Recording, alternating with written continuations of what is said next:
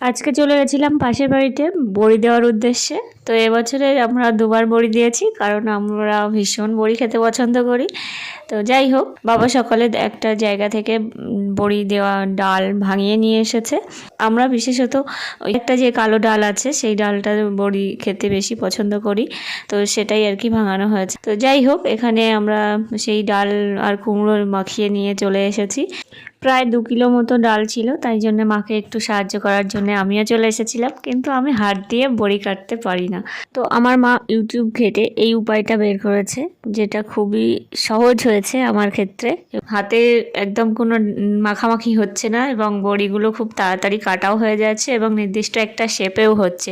আমার মাঝে মাঝে একটু ছোট বড় হয়েছে, তার কারণ আমার হাতটা একটু ব্যথা করছিল যখন বেশি ডাল পেপারের মধ্যে দেয়া হচ্ছিল তখনই। তোমরা এই জিনিসটা খুব সহজেই বাড়িতে থাকা জিনিস দিয়ে বানিয়ে নিতে পারো।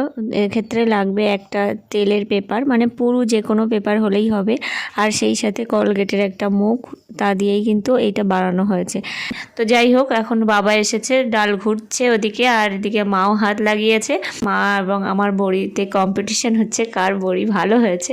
তো এইভাবেই আর কি শেষও হয়ে গেল বড়ি দেওয়া এবছরের। তো 2 কিলো ডালের বড়ি এতটাই হয়েছে, আর শেষে একটুখানি ছিল বাকি, তা দিয়ে এসকে আর এন্ড লিখেছি। তো এটা এবারে নতুন করলাম। যাই হোক, আর কিছুটা আমি বাড়িতেও নিয়ে এসেছিলাম। আমার এই ডালের বড়া খেতে ভীষণ ভালো লাগে, তো তাই জন্যই বাড়িতে নিয়ে আসা।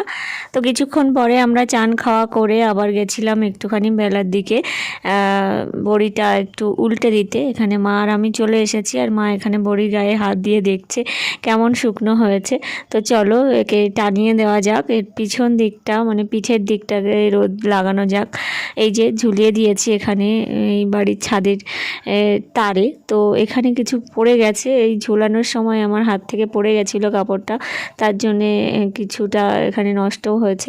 নষ্ট হয়নি, ওগুলো ঝরে পড়ে গেছে, কিন্তু খাওয়া যাবে। যাই হোক, তো চলো আজকের মতো এখানেই থাকছে। তোমাদের কেমন লাগলো ভিডিওটা দেখে জানিও।